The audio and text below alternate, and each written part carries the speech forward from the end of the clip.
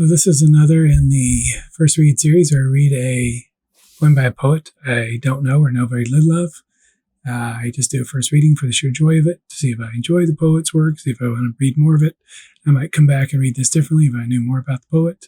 Often, I think my ideas change the more I get to know about him. This one is from Court Green. Court Green is a Chicago-based journal. It's been around for quite a long time. And this one is by Catherine Pierce, who I have heard of. She's currently the Mississippi Poet Laureate. Being from Mississippi, originally I haven't been there for years, but being there from there, I kind of keep track a little bit. But I don't know anything about her. I've never read anything of her work, so I was kind of interested to see her in Court Green. This one, Party. If you know anything, I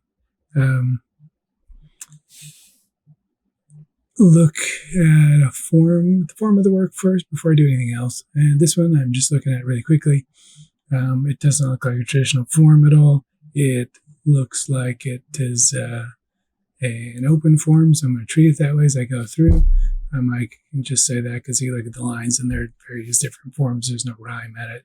I think traditionally this looks like the kind of poem that might have been written as a blank verse, but it's not.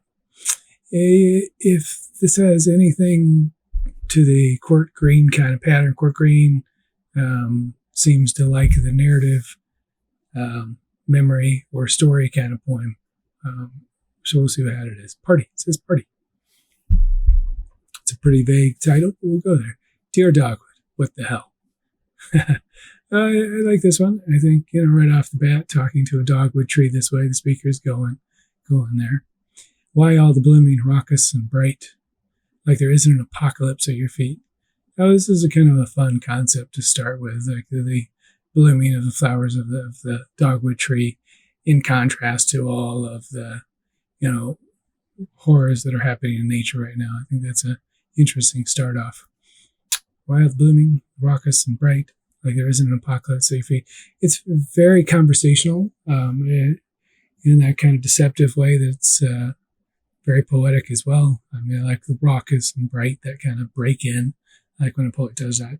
Like there isn't an apocalypse at your feet. The toxic sprays, the runoff, the dryer lint caught in the drainage grate.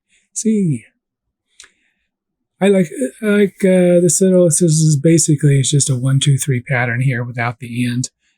They say the 3 is the holy number in writing like this, and the speaker is playing off of this, like the toxic sprays, the runoff, all of this stuff. It's right all around the dogwood, but there you go. The dogwood's still blooming. See, the bike rack gets it. All stolid and gunmetal and rust. I mean, the bike rack, the difference, between the bike rack and the tree, it's pretty dramatic here. The lamppost grim unbending. Look at the daffodils. So like the plants are going like crazy, right? Jesus.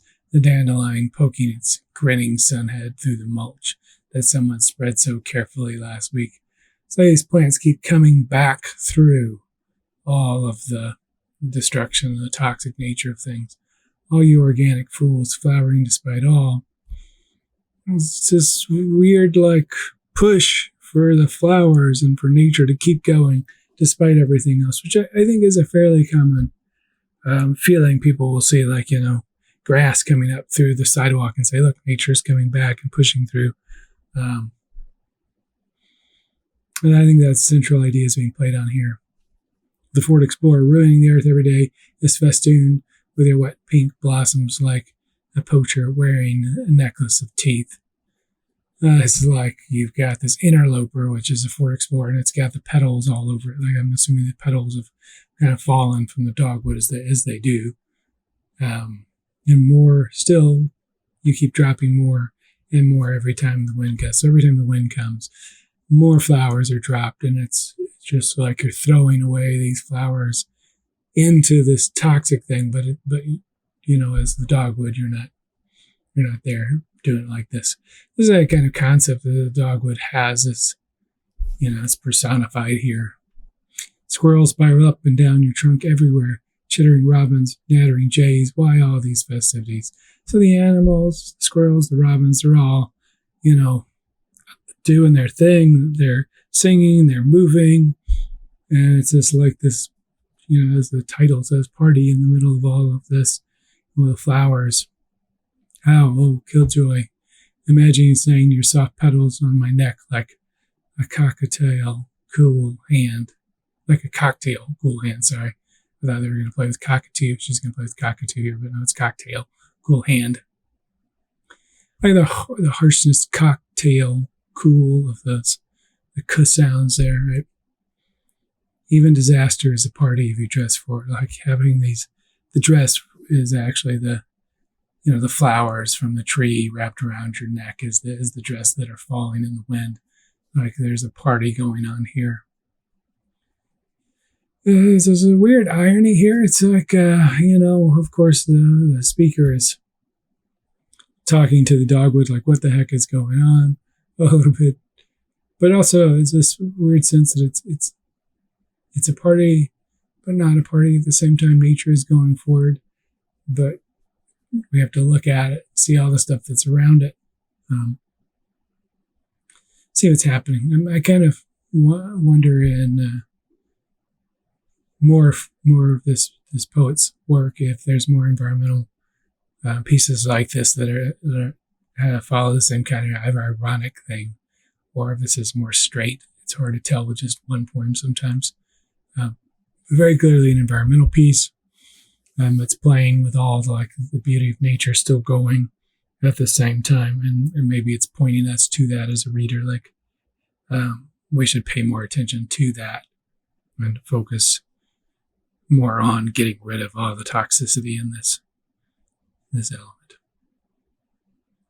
Interesting. I mean, I was glad to read this one. Like I said, I've heard of Catherine Pierce, and so I wanted to read it. Like I said, it's very narrative. It's, I think, typical for this journal. There's a nice kind of voice in this, speaking voice. So interesting stuff.